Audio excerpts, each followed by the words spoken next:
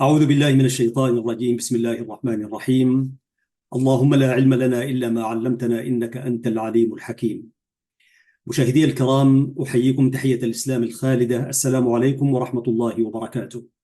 ها نحن بحمده تعالى نلتقي في حلقة جديدة في برنامج مع اللغة العربية، وهي الحلقة 16 بعد المئة بحوله تعالى.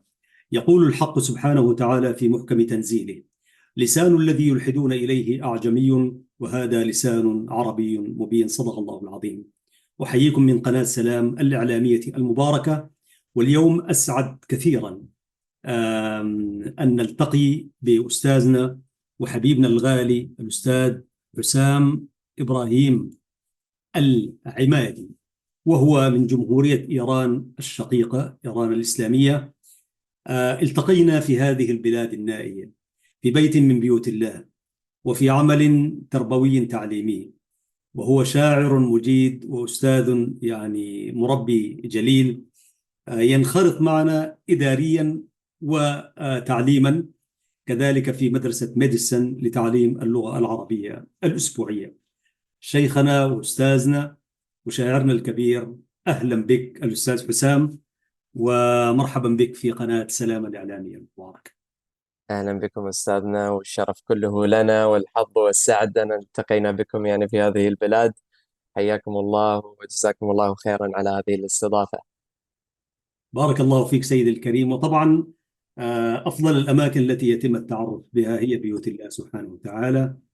ووجدناك يعني رجلا أخا عزيزا كريما سمحا ومعلما محترما. وفي أوقات الفراغ نتراشق وإياه بالأشعار وما إلى ذلك. سنلتقيه اليوم أولا في ما يتعلق بمدرسة ميديسن لتعليم اللغة العربية، ثم سيكون لنا معه لقاء ولقاء في قضايا الشعر والأدب. وبرضو نحيي ابننا ماجد، إن شاء الله ربنا يمتعه بالصحة والعافية. كيف يسير في هذه الدنيا سيدي؟ اللهم آمين، الله يعافيكم ويحفظ لكم أهاليكم كذلك. اللهم لك الحمد، هو بخير ونعمة وفضل من الله ونعمة. نسأل الله لا أن يكون يعني ذخرا للإسلام والمسلمين.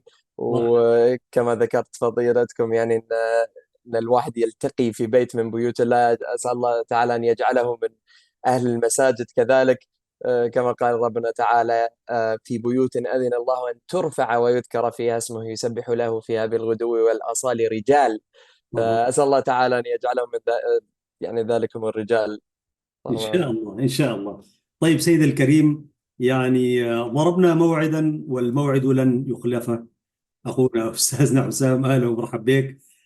طبعا قبل أيام أكملنا العام الدراسي بحمده تعالى في مدرسة ميديسن لتعليم اللغة العربية. والأستاذ حسام مع أنه هو مدرس برضه، لكنه في الجانب الإداري، وما شاء الله بارك الله فيك. وعبرك نحيي إخوتنا الإداريين والأخوات كذلك الأساتذة، وعلى رأسهم نحيي أخونا مصعب حماد من السودان الشقيق. وأنا لا أؤمن بهذه الحدود الاستعمارية، حقيقة نحن أمة إسلامية واحدة إن شاء الله. ونحيي عبرك كذلك أخواتنا المعلمات والإخوة المعلمين كذلك.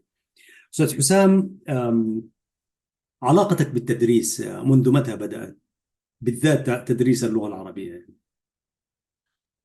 علاقتي بتدريس اللغة العربية أتوقع بدأت في هذه البلاد.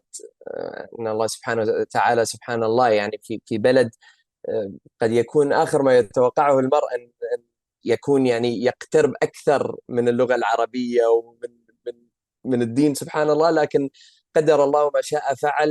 بفضل من الله ونعمة سخر لنا إخوة كونوا هذه المدرسة. فمن هنا بدأت مسيرتي في تعليم اللغة العربية على الأقل. لكن طبعا علاقتي باللغة هذه علاقة سرمدية يعني منذ يا أن سلام. وعيت على الدنيا. جميل. طيب كده نرجع للبدايات. أستاذ حسام، أنت مواليد أي مدينة في جمهورية إيران الإسلامية؟ والله أنا ولدت في الدوحة في قطر. نعم. نعم. ومن بعدها يعني انتقلت إلى الإمارات وعشت في الإمارات تقريبا حوالي 27 سنة أو 26 سنة، ومن ثم انتقلت إلى أستراليا قبل 4 سنوات. ما لك سنوات في إيران؟ لا سبحان الله، مم. يعني مجرد قد تكون زيارات عابرة، ولكن إني أسكن وأعيش فيها لا لا لم يعني يعني لم عشان أعش كده فيها. أنا أقول شايف ما ممكن، يعني حرام ظلما نحد للإنسان المسلم قطرا معينا. شوف أنت تمتد الآن، وبلاد الله الواسع هي بلادك يعني، نعم. ولحكمة سبحانه وتعالى وضعنا في هذه البلاد. العادل أهلها حقيقة يعني. ونسأل الله لهذه البلاد التي نقيم بها كل خير وصلاح وتقدم، وإن شاء الله ربنا يزيدهم أمن واستقرار حقيقة يعني. طيب أستاذ حسام، كده ادينا برضو خلفية. نشأتك في مولود في قطر، ونشأتك في الإمارات، وثم جئت إلى هنا. فاللغة العربية كده في حياتك، وأمسكها لنا على المراحل هذه. نعم. نعم. آه، يعني بحكم أني أنا من أصول إيرانية، قد يتبادر إلى الذهن شخص قد يكون مثلا في البيت يتكلم اللغة الفارسية وما إلى ذلك، لكن نشأت في بيت ولله الحمد من بعد فضل الله سبحانه وتعالى، الفضل لوالدي، أنهم أحبوا لنا أن نتعلم اللغة العربية، لغة القرآن.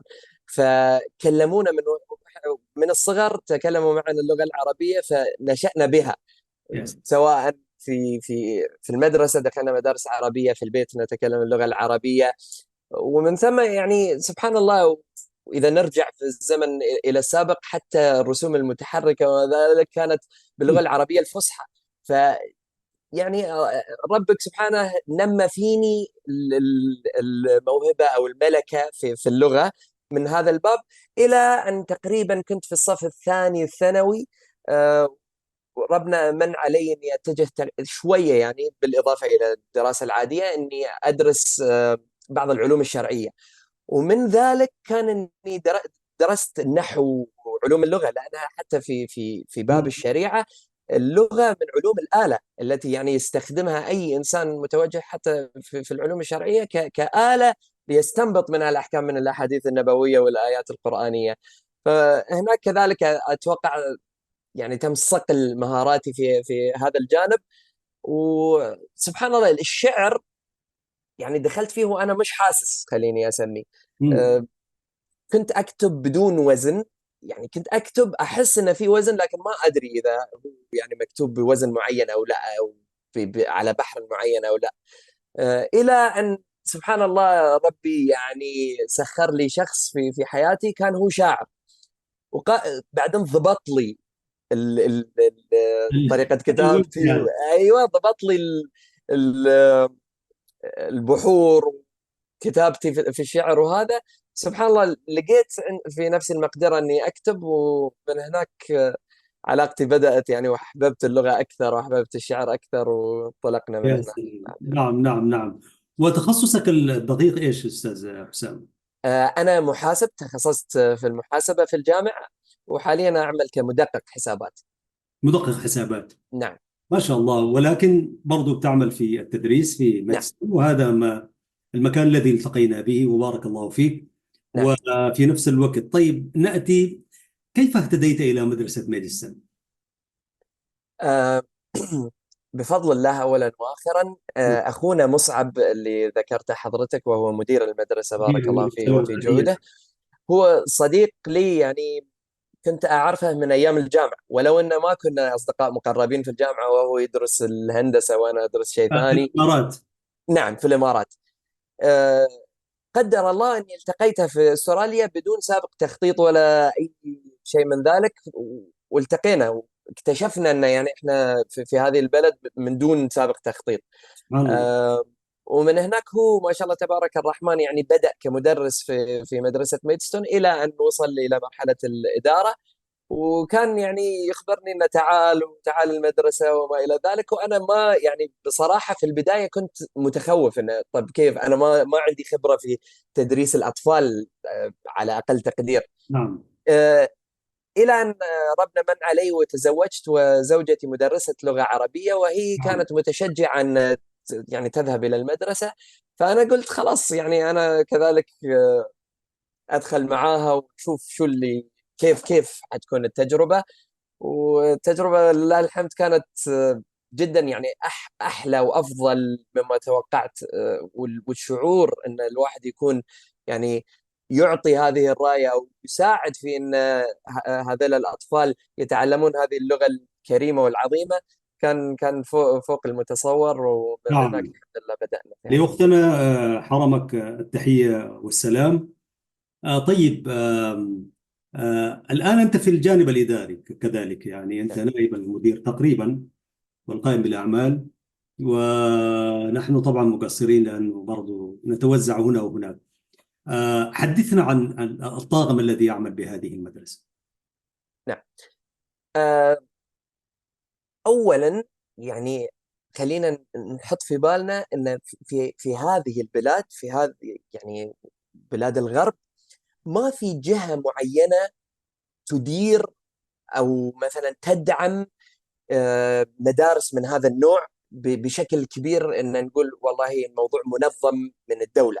نعم. فهي في النهاية كانت جهود فردية او رؤى فردية، من خلالها الناس اللي تبارك الرحمن فيهم خير تجمعوا وصاروا جزء من هذه المدرسة. فصرنا حاليا الطاقم اللي شغال في المدرسة في الإدارة مصعب وأنا نائب المدير، والمدرسين إخوة وأخوات أفاضل كلهم يعني أحبوا الخير لهذه الأمة، ورأوا في نفسهم يعني أن هم على ثغر من ثغور هذا الدين وهذه اللغة، فشاركوا تطوعا.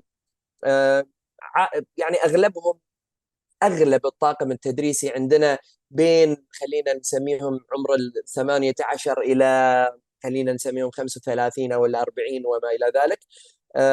ففي عندنا الشباب وفي عندنا الاكبر منهم.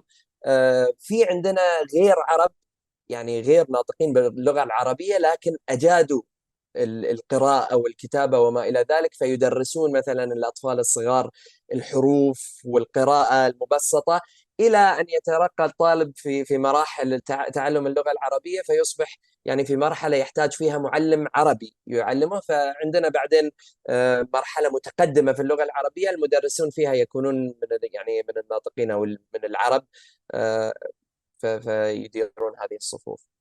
جميل جدا.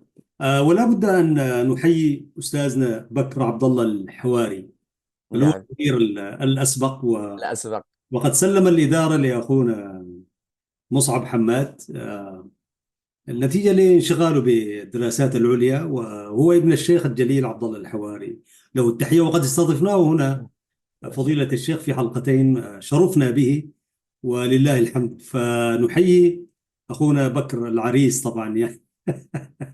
متعه الله بالصحة والعافية. الله. طيب، ولا تذكر مدرسة ميديسون كما تعلم أخي العزيز أستاذ حسام، وإلا يذكر الشيخ ربيع الذي فتح لنا هذه الدار الطيبة بيت الله. يعني لولا جهوده و...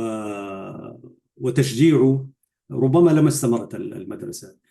فماذا أنت قائل على الشيخ ربيع، إمام وخطيب مسجد ميديسون آه، في مدينة ميلبورن؟ والله الشيخ ربيع شهادتنا فيه مجروحة. هو خلينا نسميه أب ومربي فاضل في هذا المسجد. الإمام والخطيب كما ذكرت حضرتكم يعني في مسجد ميدستون. الشيخ يعني طبعا أتوقع قبل ما أنا انولد حتى هو كان دخل في هذا المسجد في أوائل الأيام يمكن اللي تأسس فيها هذا المسجد، وسعى وكان يعني ما شاء الله تبارك الرحمن بنى مثل آه، مجتمع يحب هذا المسجد، وكان فعال في دروس ويحبب الناس ويعطيهم الكلمات والخطب والمواعظ، سواء في الصلوات أو خارج الصلوات، سواء في خطب الجمعة أو خارج خطب الجمعة. والله يجزاه خير يعني إن كان دائما داعم لأي مجهود من الشباب أو غيرهم في خدمة هذا الدين أو خدمة هذه اللغة. فإحنا لما أتينا لهذه البلاد يعني من 4 سنوات، من بعدها تقريبا على طول كان الكورونا وما إلى ذلك، فما كان في أي فعاليات. فتقريبا من سنتين تعرفنا على الشيخ عن قرب، وكان يعني فاتح لنا الابواب على مصراعيها في اي فكره احنا قدمنا له اياها. هو يعني ماسك، احنا في ما نسميه ميدستون اسلامك سنتر، يعني جمعيه ميدستون الاسلاميه اللي هي تمسك اداره هذا المسجد. وطبعا وهو شيخ ربيع هو رئيس هذه الجمعيه. نعم. يعني اعطانا هذه المجالات وهذه الفرص والدعم اللامحدود، الله يجزاه خير، في ان يعني نقيم هذه المدرسه، وتوجيه ودعم سواء مادي او معنوي في كل هذه الامور، كان معنا. له التحية وإن شاء الله في ميزان حسناته. اللهم. طبعا المدرسة كما تعلم أو نعلن عزيزي المشاهد وعزيزتي المشاهدة، هي مدرسة أسبوعية تبدأ منذ صباح كل سبت، يعني من 9 وحتى 12 والنصف، مرات حسب التواقيت يعني صيفا وشتاء. لكن الشيء الجميل أن الطلبة لا يخرجون إلا قد أدوا الصلاة المفروضة عليهم، ويعني يتعرفون على تعاليم وقيم الإسلام بالإضافة إلى اللغة العربية وكذا. فيا ريت برضو نملك المشاهد الكريم أستاذ حسام، ماذا يدرسون هؤلاء الطلبة يعني والطالبات؟ يعني طبعا الطلاب لوحدهم والطالبات لوحدهن، يعني إيش بيدرسوا يعني؟ نعم. في المدرسة احنا يعني هي أساسا بشكل رسمي مدرسة لغة عربية. فعلى الأقل عندنا نصف الوقت المحدد لهذه المدرسة الأسبوعية تكون يعني لمواد اللغة العربية، سواء اللغة نفسها أو في مهارات معينة. فعندنا حصة في القراءة، وحصة في تعلم اللغة العربية سواء تحدث كلمات وما إلى ذلك. ومن ثم الحصتين الأخيرتين، يعني عندنا 4 حصص، الحصتين الأخيرتين تكون إحداها حفظ القرآن الكريم، والأخرى الدراسات الإسلامية فيما يخص أو يعني يتعلق بما يهم المسلم في هذه البلاد، وطبعا حسب الأعمار. ممتاز جدا. تقريبا عدد الطلاب يعني حوالي 100 طالب 100 وطالبة. طالب وطالبة، أيوه نعم. طيب، لا بد برضو إنه أستاذ حسام كما تعلم إنه لولا تعاون ولاة الأمور والأسر ما كان المدرسة ممكن أن تحقق وتستمر يعني. فماذا أنت قائل عن تعاون الأسر وفي كل نهاية ترم طبعا بيجوا يحضروا ولاة الأمور، ما كلهم طبعا لكن عدد مقدر يعني. كيف تقيمون أنتم كإدارة تعاون ولاة الأمور؟ نعم، جزاهم الله خيرا. يعني هذا انعكاس لحرصهم وتقديرهم أولا أهمية هذه اللغة، نعم. وثانيا يعني حرصهم على أبنائهم أن يكونوا في مجتمع أو بيئة إسلامية، بيئة يعني تحببهم في هذا الدين وهذه اللغة. والا يعني من الاسهل قد يكون ان لا يتكلف، لا ماديا ولا في اي نوع من التكلف، ان كل سبت يحضرونهم الى المدرسه، اجتماعات اولياء امور وتعال وروح، لما كانوا فعلوها. فلله الحمد والمنه. يعني الاباء اتوقع لهم دور كبير، ونحن نشد على اياديهم ونذكرهم دائما يعني بهذا الدور اللي هم يلعبونه في تنشئة هذا الجيل الذي ينشأ في دولة قد لا تكون كما البيئة التي نحن نشأنا فيها. فهذه من الأمور الأساسية والهامة في تنشئة الأطفال. نعم. شكرا لك. مشاهدينا الكرام، لا نزال مع قناة سلام الإعلامية المباركة، وفي حلقة من برنامج مع اللغة العربية، ومعنا الأستاذ حسام إبراهيم العمادي، أستاذ اللغة العربية والعلوم الإسلامية في مدرسة ميديسون لتعليم اللغة العربية هنا في مدينة ميلبورن ولاية فيكتوريا في أستراليا. أستاذ حسام، يعني لفترة من الزمن يعني كان هناك منهج في المدرسة، والمنهج كان يعني تم إعداده من قبل الأساتذة وما إلى ذلك، وكنا نسير على ذلك المنهج. تقريبا مؤخرا، هذا هو العام الثاني تقريبا لم أكن مخطئ، أنه تم تغيير المنهج وأسلوب التدريس وما إلى ذلك في المدرسة. ما الذي كان الدافع الأساسي؟ وما نقدر نقول إنه كيف تقيمون في هذه المرحلة لأن المسألة هناك، لكن الدافع كان شنو؟ إنه أن تسلك المدرسة منهج مختلف غير الذي درجت عليه. نعم. المنهج السابق طبعا عملت عليه أخت فاضلة، وهي مدرسة من عشرات السنوات في الدول الغربية، وما شاء الله تبارك الرحمن. يعني هو عمل تطوعي تماما، فكان الكتاب من أروع ما يكون ومن أفضل ما يكون. ولكن كان يعني لو خلينا نقول يناسب مدرسة تكون يومية، يعني المدارس الاعتيادية اللي هو الطفل يذهب إليها 5 أيام نظامية. في الأسبوع. نعم. يعني وجدنا أن فعالية التدريس أو التعلم، يعني العملية التعليمية بالنسبة للطالب، أنه يأتي يوم واحد في الأسبوع ويتعلم مادة قد تكون يعني نوعا ما أعلى من مستوى أو من القدرة الاستيعابية لطالب أنه يدرسها يوم واحد ثم يذهب إلى البيت، وقد لا يكون الأهل من المتحدثين باللغة العربية فيساعدونه في هذه المادة، فيرجع إلى الأسبوع القادم وهو لم يعني يستفد الاستفادة الكاملة من المعطيات في هذا المنهج. فارتأت الإدارة في هذه المدرسة أن قد نغير المنهج بما يتناسب مع الوقت المعطى، يوم واحد في الأسبوع، نحدد طموحاتنا، نحدد ما نستطيع فعله بشكل واقعي، فيخرج الطالب على الأقل باستفادة محققة ولو لم تكن بالاستفادة الكبيرة. وتكون العملية يعني بالتدرج، فنبدأ بأمور بسيطة جدا للمستويات المتدنية، ومن ثم نتدرج إلى مستويات، يعني كما ذكرنا قبل قليل أن عندنا حصة أو صف معين للمتقدمين في اللغة العربية. نعم. فهذا كان ضمن المنهج الجديد، أن لو الطالب له الإمكانية أن يكون متقدم في اللغة العربية فنعطيه ما يتناسب مع هذه القدرات. أما إن لم يكن كذلك فالمنهج السابق قد يكون كان يعني أكثر مما يستطيع الطالب أن يستوعبه. طيب، هل نستطيع أن نقول إنه آه ما هو التقييم الحالي، ولا لسه لم يحن أجل؟ نعم، أتوقع يعني كما ذكرتم حضرتكم أن تقريبا إحنا في السنة الثانية من هذا المنهج، رأينا إيجابياته وسلبياته. وطبعا انك تبني منهج جديد من الصفر هي عمليه ليست بالسهله. فرأينا الايجابيات والسلبيات، سالنا المدرسين، فهمنا من الطلاب، امتحنا الطلاب، راينا المخرجات من هذه العمليه التعليميه، ورأينا ان مع انها يعني العمليه كانت قد تكون افضل من السنوات الماضيه، ولكن في مجال للتحسين. فحاليا احنا شغالين تقريبا يعني على وشك الانتهاء من كتاب خاص في مدرستنا، مدرسة ميدستون للغة العربية، كتاب للغة العربية للمبتدئين وللمتقدمين، يحوي الأفكار بشكل يعني مصفى كما رأيناه. يعني كل السلبيات أخذناها أو زحناها من منهج السنتين الماضيتين، وأضفنا ما نراه أنه يعني سيكون مناسب للمستقبل إن شاء الله.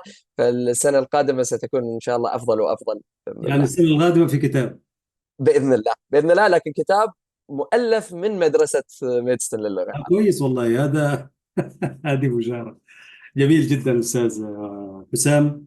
وطبعا يعني لوجودك ووجود الأستاذ مصعب دور كبير في ذلك يعني، ونحن شهود عيان يعني، وهذه شهادة لوجه الله نقدمها يعني. بارك الله. أستاذ حسام، ربما قد يكون من المفيد أن لأنه هذه القناة مشاهدة في كثير من يعني الجاليات العربية والإسلامية الموجودة في الخارج برضو بتشوفها، وعدد من دول القرن الإفريقي برضو بيشوفوها. ولكن رسالتنا نحن هنا الآن في هذا البرنامج بالنسبة للجاليات العربية المسلمة الموجودة في دول الغرب عموما، يعني موجودة في بلاد لا تنطق هذه اللغة العربية، اللغة الشريفة، لغة القرآن الكريم يعني.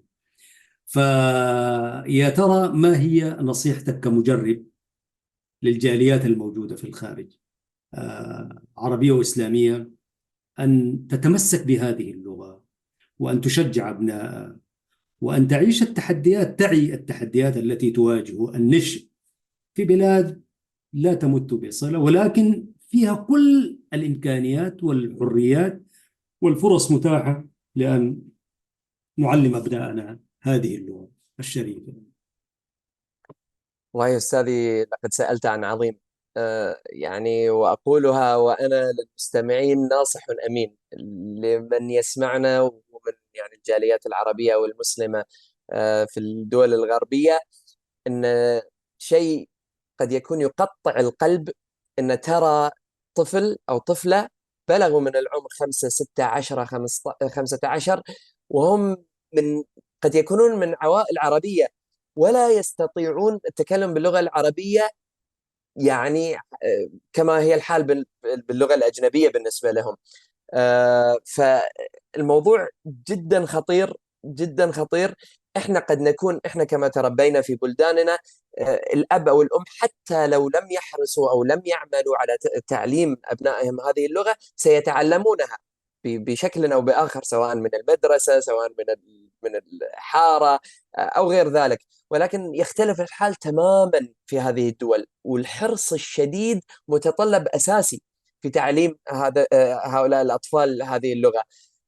ما هي تبعات أن لا يتعلم هذا الطفل اللغة العربية؟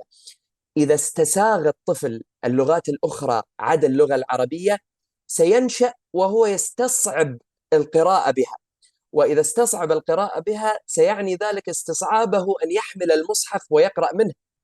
فتخيل يعني الطفل إذا استصعب هذه القراءة سيكبر ويرى المصحف قد يكون على الرف موجود، ولكن يعني الثقل الذي سيحس به أن يحمل هذا المصحف ويقرأ منه سيكون كبيرا، وهذا يعني بداية النهاية كما يقال والعياذ بالله. فتكون الأجيال من انحدار إلى انحدار والعياذ بالله.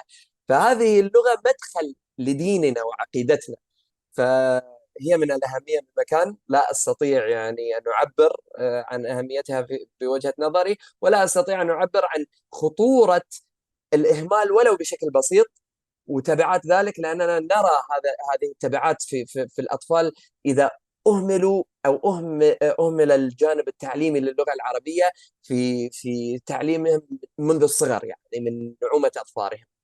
نعم، ما في شك. أنت أشرت حضرتك أستاذ حسام أنه نحن كمسلمين لأنه عربا أو غير عرب، يعني كمسلمين تعلم اللغة العربية فرض علينا يعني. ولكن مع الأسف الشديد لأنه بتربطنا بهذا الدين الحنيف بالقرآن الكريم والسنة النبوية الشريفة والأثر الإسلامي، يعني معظمه مكتوب باللغة العربية يعني، وحتى لو ترجم يعني. وهناك من يظن أنه ممكن يقرأ القرآن الكريم بأي لغة كانت، لكن لا يعلمون أنه يقرأ معاني القرآن الكريم وليس القرآن الكريم، وأنت سيد العارفين. لأنه هذا القرآن الكريم لا يقرأ إلا بما نزل به، يعني حتى إذا دارت تعربه للغة ثانية ولا لهجة ثانية، لا، أنت لا تقرأ القرآن الكريم. ولذلك هناك في أسطوانة كده، وهي طبعا يعني هي سياسة غربية، سياسة استعمارية بحتة، إنه اللغة العربية هي مجرد أداة للتواصل فقط، يعني مثلها مثل أي لغة إنجليزية فرنسية أو ما إلى ذلك. فهذه أنا أشوفها من الخطورة بمكان أن يكون عندنا نحن كمسلمين اللغة العربية هي مجرد أداة للتواصل وهكذا. فليست أداة تواصل فقط، ولكن هي من صميم هذا الدين الحنيف، حيث ليست العربية لأب أو أم، إنما العربية لسان، وكل من تحدث العربية فهو عربي، حديث شريف يعني. فحكاية أنه اللغة هي فقط أداة للتواصل، ما هي خطورة مثل هذه الشعارات والبرامج الخطيرة يعني في أمة الإسلام؟ وهي أحسنتم أستاذنا. آه، كما ذكرتم حضراتكم، القرآن الكريم قراءته أو تلاوته بلغة غير العربية يعني لا نقول ما فيها نفع، ولكن القرآن في حد ذاته معجز في حد ذاته، وإعجازه من ناحية اللغة إعجاز عظيم، ومتعبد بتلاوته إذ تلي يعني باللغة العربية. فالواحد لن يستطيع مثلا أن يقول أنا والله أصلي بالقرآن بترجمته بأي لغة أخرى. فأكيد هو كما ذكرتم يعني من صميم هذا الدين، فليس هو فقط أداة للتواصل، هو أداة يعني عقيدة نحن نعيش عليها، وأداة للغة لا يعرف قيمتها وعمقها إلا من تعلمها وتكلم بها أو قرأ فيها.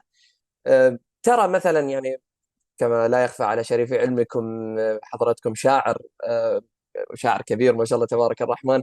بارك الله. يعني انا كحسام اقرا مثلا باللغه الانجليزيه ولغات اخرى كذلك الحمد لله. اذا قرات شعرا حتى في لغات اخرى لا يقترب من بلاغه وعمق وجمال اللغه العربيه، وخاصه في شعرها. فهي اكيد ليست فقط اداه للتواصل، هي ابلغ واعمق واهم من ذلك، اولا لنا كمسلمين، وثانيا لاي شخص يتعلم اللغه العربيه فيرى جمالها يعني وعمقها. نعم والله أنا كنت حاسألك من السؤال هذا، بما أنه طبعا أستاذ حسام إذا عجم لسانه فهو الخواجة. تكاد تقول الزول ده ما بيعرف غير الإنجليزي يعني. حقيقة يعني. ولذلك كنت داير أسألك في مقارنة، أنت يعني قريب من تلك اللغة الإنجليزية تحديدا يعني، بل في بيتها، وفي ذات الوقت برضو أنت شاعر مجيد يعني باللغة العربية. ففي وجه مقارنة طبعا من حيث المفردات طبعا حدث ولا حرج، والبلاغة أنت ذكرتها، ويكفي أنها لغة القرآن الكريم أبلغ كتاب منزل. حتى اليوم الناس لا يحفظون يعني أي كتاب في هذه الدنيا إلا هذا الكتاب المبين. يعني حتى الكتب الديانات الأخرى ما محفوظة عند الناس، لكن ممكن يفتحوها يعني، سواء كان توراة ولا إنجيل ولا أيا كان، إلا هذا القرآن حتى في صدور. وربنا قال إنا نحن نزلنا الذكر وإنا له لحافظون. وسبحان الله أستاذ حسام، هذا القرآن يعني أحيانا تلاقيه حتى في صدور المختلين عقليا. رجل فقد أي حاجة وهو يعني سبحان الله ربنا يشفيه، ولكن يسأل من القرآن الكريم فيقرأ ويقرأ بترتيب. فأقول سبحان الله لحكمة حتى في صدور الذين فقدوا عقولهم مرتب هذا القرآن، وربنا حافظه مع أنه العقل مسلوب يعني. فأستاذ حسام كده يعني في مقارنة يعني لما تقارن اللغة الإنجليزية وأنت أشرت، لكن دايرة تستفيض شوية وتدينا إنه يعني لغة مفردات ملايين يعني، ولغتان الإنجليزية آلاف يعني 600 ألف، وأنت أعرف مني بذلك. فورينا الفرق كده بين اللغتين يعني بشكل أعمق. نعم. طبعا اولا يعني تعقيبا على كلام حضرتك في موضوع حفظ هذا القرآن الكريم، والله سبحانه وتعالى يقول إنا نحن نزلنا الذكر وإنا له لحافظون. فهذه اللغة سبحان الله محفوظة بحفظ الله سبحانه وتعالى للقرآن الكريم، هذا اولا. ثانيا إذا تكلمنا عن المقارنة بينها وبين أي لغة أخرى، سبحان الله يعني فقط خلينا نتكلم عن آه، يعني كمية التعابير أو المرادفات للكلمة الواحدة التي ستجدها في اللغة العربية، أو الصيغ البلاغية اللي أنت ممكن تذكرها باللغة العربية، وكل منها قد يعني نفس الكلام في المجمل لكن يدل مدلولات أخرى صح. حسب السياق وما إلى ذلك. لكن في اللغة الإنجليزية تحتاج يعني أنك تكون أمام الشخص فيرى تعابير وجهك ويسمعك من شخصك عشان يعرف السياق. والا فاذا كتبت الجمله باللغه الانجليزيه او اي لغه اخرى فلن تعطي نفس المدلول اذا قارنتها بشخص يتكلم بها امامك. لكن سبحان الله نرى في اللغه العربيه وشعرها ونثرها وغير ذلك اناس يكتبون، وكل شخص ترى يعني تشعر بما كتب من خلال التعبير الذي كتبه. هذه الامور لا تراها ولا يعني تحسها في اللغات الاخرى. وكما ذكرتم ولله الحمد والمنه، يعني تعمقت انا في اللغه الانجليزيه بحكم اني في مجال عملي استعملها، لكن لا تعطيني يعني المفردات، خليني استعمل كلمه عاميه، ما تحس بطعم اللي انت تتكلم فيه اذا ما كانت باللغه العربيه. وليست يعني انا اكاد اجزم ان ليس لان مثلا لغه الام او ان اللغه العربيه. ومن ذلك يعني في مسألة تطرح عادة، إن هل والله نرسل أطفالنا لمدرسة إنجليزية وبعدين يتعلمون اللغة العربية، أو نرسلهم للغة العربية وبعدين يتعلمون اللغة الإنجليزية. قد لا يكون هناك إجابة واحدة صحيحة يعني لكل الأشخاص، ولكن أنا كحسام اللغة العربية اللغة الإنجليزية لم أتمكن منها إلا يعني من بعد أيام الجامعة. ومن يعني فمن بعد أيام الجامعة نتكلم يعني ممكن 8 أو 9 سنوات. الأشخاص اللي قضوا في دراسة اللغة العربية 8 أو 9 سنوات لن يصلوا إلى نفس مستوى شخص درس الإنجليزية 8 أو 9 سنوات. يعني في 8 أو 9 سنوات الشخص، أو حتى أقل، يعني ممكن في 3 أو 4 سنوات يصل إلى مرحلة متقدمة جدا في أي لغة أخرى. لكن في اللغة العربية من عمقها ومن توسعها ما تستطيع أن تقول والله أنا سأتعلم لغة أخرى وبعدين أفتكر أني أتعلم اللغة العربية وأمشي معاها. ولذلك ترى يعني حتى في مؤلفات العلماء في اللغة، ترى يعني ألفية الإمام مالك، كتب سيبويه وما إلى ذلك، أشياء بحور ولم يحتووا كامل اللغة. أما في اللغات الأخرى سواء الإنجليزية أو غيرها، ترى أن اللغة بكاملها أو يعني شبه كاملها بنحوها يعني قواعدها بكل ذلك يكون في كتابة أو كتيب. أما اللغة العربية آلاف القصائد والأبيات والكتب وما نزال نرى يعني أن هذا بحر يتوسع ولم ندرك مداركه. فسبحان الله اللغة يعني لا تقارن. فن الإعراب يعني أنا لست فقيها في اللغة الإنجليزية مثل حضرتك أستاذ حسام، يعني ولكني يعني الإعراب هذا في اللغة العربية لنا فيه عناية. ففي حتى لو مسكنا في جانب الإعراب بس يعني وأخذنا جملة معينة مثلا، أنا أقول إنه لو جينا في الإعراب والنحو والصرف والبلاغة، هذه اللغة فعلا كان يعني من المحتم أن ينزل كتابه الأخير من الله سبحانه وتعالى بهذه اللغة. ويكفي أنها لغة البيان، اللغة الوحيدة التي يمكن، وفعلا هي لغة البيان، غير ذلك هو غير بيان. ولذلك يعني حتى لو مسكنا في فن الإعراب، يعني في اللغة العربية فن الإعراب فن، إنما في اللغة الإنجليزية هل يرقى إلى مستوى الفن يا أستاذ حسام؟ أبدا أبدا. أعتذر. الإعراب نعم. نعم. رأيي المتواضع أنه أبدا لا يرقى أن يكون فنا، لأنك ترى أن في كثير من الناس يتعلمون هذه اللغة بمجرد حفظهم للستة قواعد معينة وهي محدودة. فلا يعني الموضوع كما ذكرتم أن في اللغة العربية والإعراب فن، لأن يعني الصيغ والتعابير اللي ممكن تأتي في اللغة العربية لا متناهية، فبالتالي الإعراب كذلك يكون لا متناهي بناء على المعنى الذي طرح لك في هذه الجملة.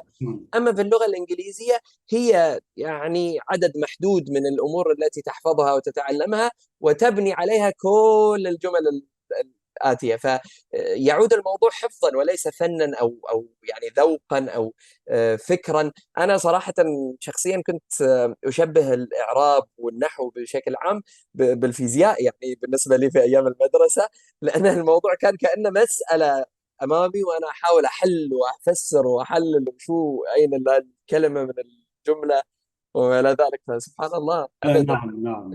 وكما قيل إنه اللغة العربية هي بيت من حديد، باب من حديد وبيت من خشب. سبحان الله. كيف تكسر هذا الباب؟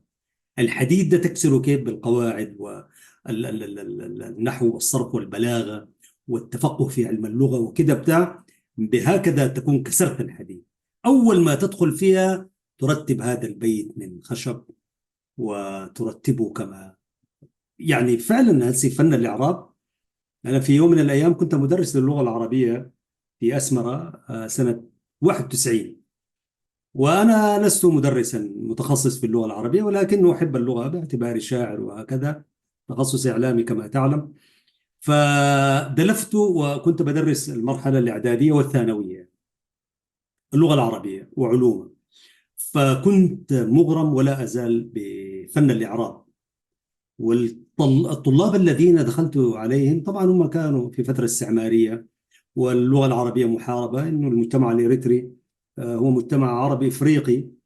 اللغة العربية أصيلة عنده يعني في لغاته، لكن انقطع بهم العهد إلى فترة. فأولئك الطلبة الإعراب وكده كان شيء جديد بالنسبة لهم، فبدأنا نعرب وبتاع، وبدأوا يعني يشوفوا جمال هذه اللغة يعني ممكن أنت يعني معقول المبتدأ والخبر في اللغة الإنجليزية قد يكون ثابت، مش كده أستاذ حسام؟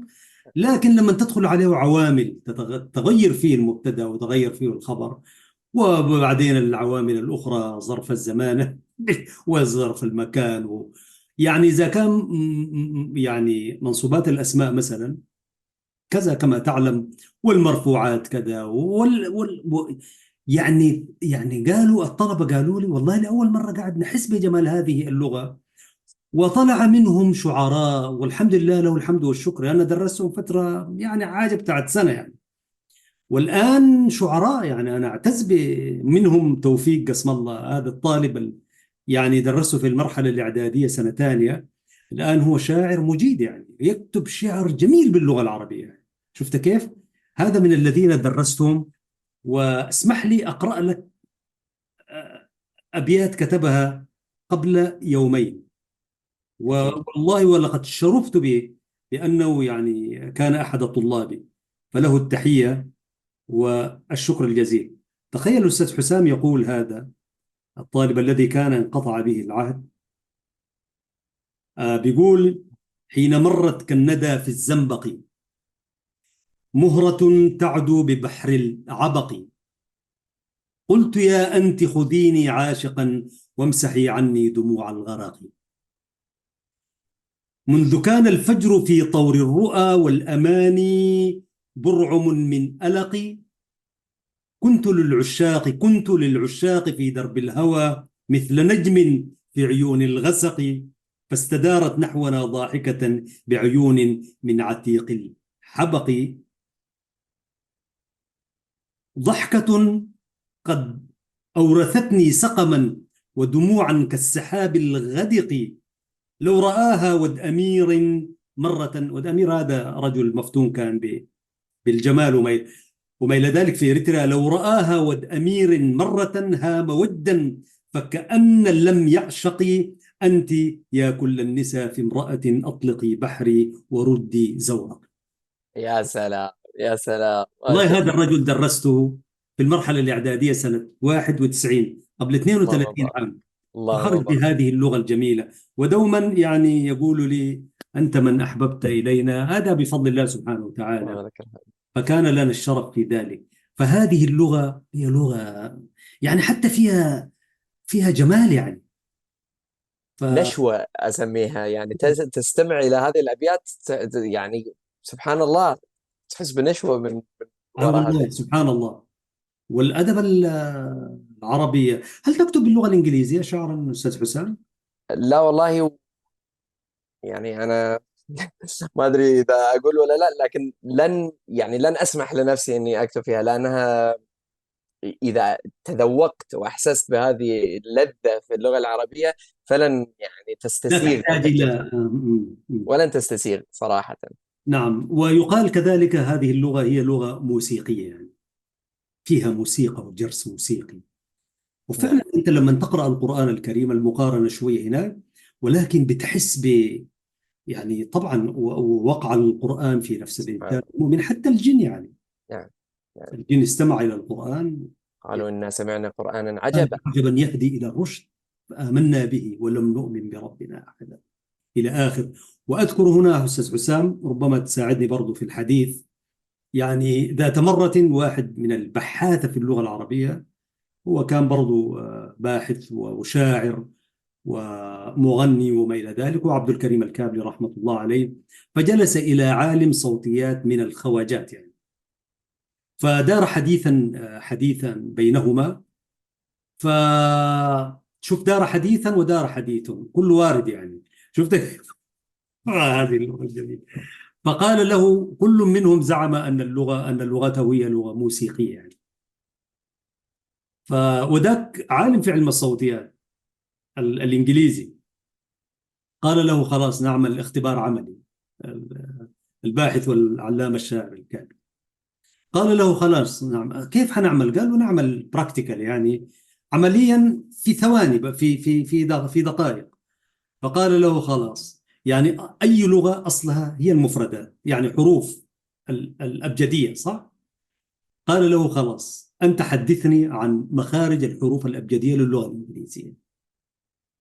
وبدأ الخواجة يقول A B C وإلى آخره يعني. وقال له ركز باعتبارك أنت عالم موسيقي، عالم الأصوات، في أصوات علم الأصوات، وركز من أين تخرج هذه المخارج. قال الخواجة لأول مرة انتبه للمسألة دي.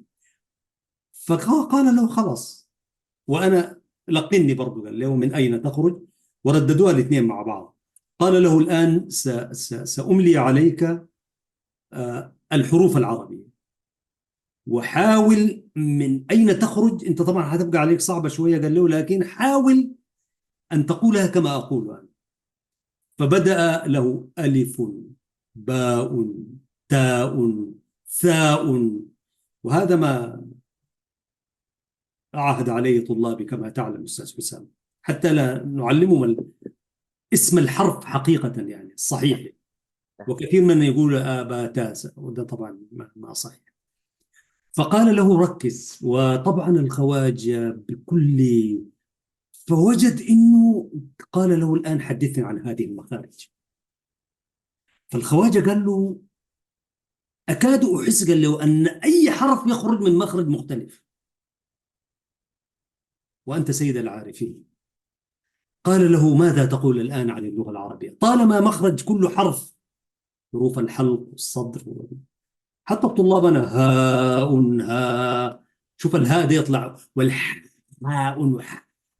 يعني طبعا نكورك كده في الفصول يعني عشان ما نعلمهم يعني. قال له حدثني الآن أيهما، بس في الجانب النغمي والموسيقي لهذه اللغة. قال له آمنت فعلا إنه اللغة العربية هذه فعلا لغة موسيقية. فماذا عن اللغة الإنجليزية؟ قال له لغة جامدة هذه، ما عندها.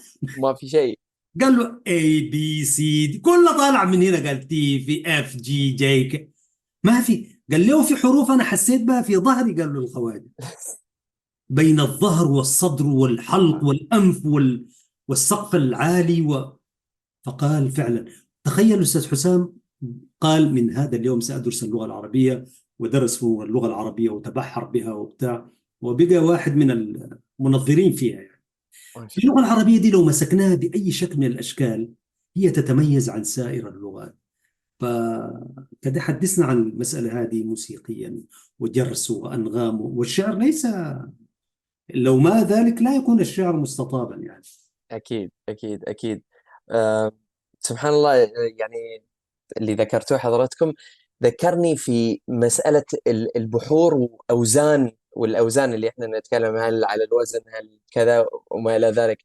حتى مسألة انك تشرح ان احنا في اللغة عندنا كل كلمة لها وزن، مم. وان الشعر لازم يكون في بحر، بحيث ان كل بيت الصدر والعجز وهذا يكون على وزن واحد. انك تشرحها لشخص مش عربي يتعجبون، يعني الموضوع كأنه خيالي، كأنه مش حقيقة. أن كيف أنت تقدر تكتب نص يعني يطول أبيات وأبيات وأبيات على وزن واحد، بحيث أن كل قسم من هذا النص يكون على وزن معين، حطيته في ميزان هو راجح. نفس الوزن، نعم. نفس الوزن. سبحان الله. ف يعني أكيد أكيد من هذا المنطلق اللغة العربية لا تضاهى. وقد يكون من الأشياء اللي أنا يعني لي بها صلة يعني وثيقة، مسألة التجويد في القرآن الكريم ومخارج الحروف وصفاتها. يا سلام. كتبت مؤلفات في مخارج الحروف وصفات الحروف، ان كل حرف له مخرج، شوف. وبعدين في حروف قد تكون من نفس المخرج لكن لها صفة مختلفة. فترى ان حرف واحد له مثلا 4 أو 5 صفات، وكل صفة تتميز عن الأخرى بشيء معين، تجعل هذه اللغة يعني قد تكون أكثر لغة خدمت كذلك، لأنها مش لغة بسيطة، إنه والله يلا على مثل ما حضرتك ذكرت A B C D أي شخص ممكن هذا يعني يتمكن منها. لكن اللغة العربية شيء عزيز يعني في حد ذاته سبحان الله، فيجتهد له كي يتعلم. ذكرت علم التجويد فعلا، كما ذكرت انه ديك نظروا لها في علم الاصوات وبتاع، وانا نفس الكلام الذي يعني انه مخارج الحروف، الصفات يعني القلقله وادغام بغنه يعني والصفير والتفشي والاستطالة. نعم، والمدود يعني نحن نقول والله يعني نشكر الله سبحانه وتعالى أن جعلنا من هذه الأمة، وأن جعل لغتنا العربية هي لغتنا، لغة الدين ولغة أهل الجنة في الجنة، ولغة كل الأنبياء والصالحين يعني. أستاذ حسام، أنا سعدت بك، وحديثنا كان عن مدرسة ميدستن تعليم اللغة العربية، لكن خلينا ناخذ وعد منك إن شاء الله أن نلتقيك شاعرا بإذن الله. لنا من شعرك، وتقرأ لنا برضو. أنت تتحدث اللغة الفارسية؟ نعم، يعني مش بنفس الطلاقة لكن أستطيع يعني. مقارنة برضو، مقارنات، ماذا أخذت اللغة الفارسية من اللغة العربية واللغة العربية من اللغة العلاقة الموجودة بين، وهي تكتب بحروف عربية طبعا. نعم نعم نعم نعم. نعم. ونحن لدينا برضو في إريتريا عدد من اللغات نكتبها بحروف عربية على فكرة. سبحان الله. شوف حروف العربية هذه، يعني شوف ميزة اللغة العربية تدخل في كثير من اللغة، حتى اللغة الإنجليزية بالمناسبة يمكن أن تكتب بحروف عربية. نعم نعم أنا نعم. أتعهد وأتعمد أحيانا لبنتي، ولها التحية، والله بكتب لها بحروف عربية، يعني كلام إنجليزي، يعني how are you, where are you from, are you there, are you ready وكده بتاع، أكتبه لها بحروف عربية are you ready، المانع يعني.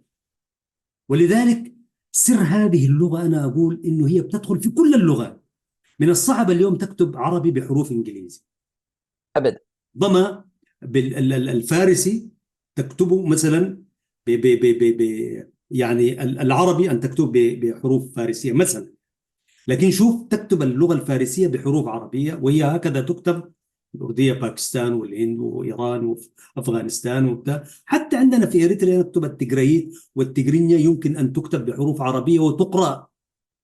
الصينية دي ممكن تكتب بحروف عربية، أنا عندي طبعا. هذا الإحساس. وهذا سر اللغة العربية، سر بلاغته وسر جماله وسر بيانه، لأنها لغة البيان. شيخ حسام، بماذا تود أن تختتم لنا هذا اللقاء؟ بما تود به، على أن نلتقي وإياك، أنت عاهدتنا أنه نلتقيك شاعرا. بارك الله فيكم. تحبون كلمة ولا قصيدة ولا يعني ما يا أحببتم؟ سلام، خلينا نفتح شهية المستمع، أقرأ لنا قصيدة وبعدين سنبدأ من حيث انتهينا إن شاء الله، مع نعم. الشكر الجزيل، بارك الله فيكم. في دقائق إن شاء الله. نعم نعم. يعني قصيدة صغيرة فكرت فيها، جميل، يعني تفضل. أرسل، يعني أتكلم فيها صراحة عن أمي، عن والدتي.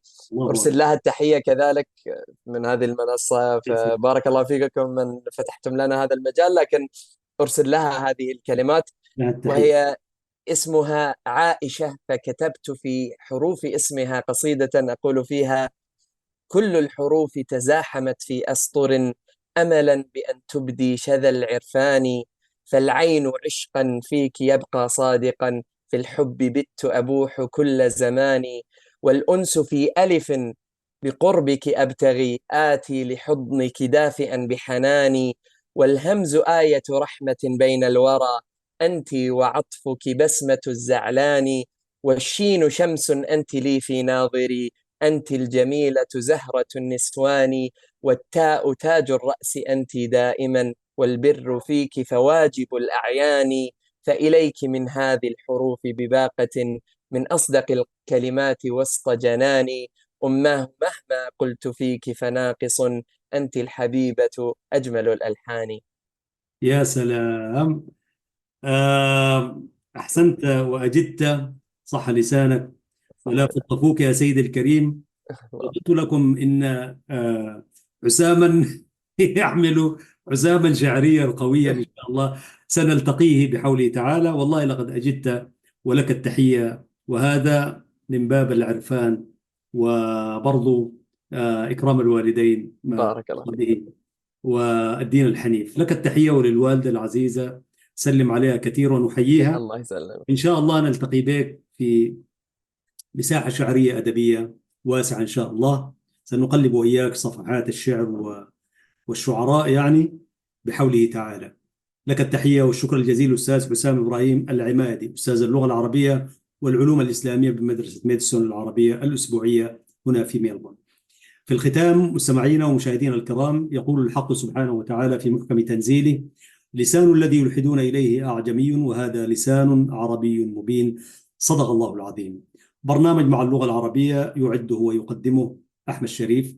تحياتي وتحيات الزملاء في الإشراف والإخراج الفني، بارك الله فيهم وفيكم مشاهدة ومتابعة، وجمعنا الله وإياكم في خير.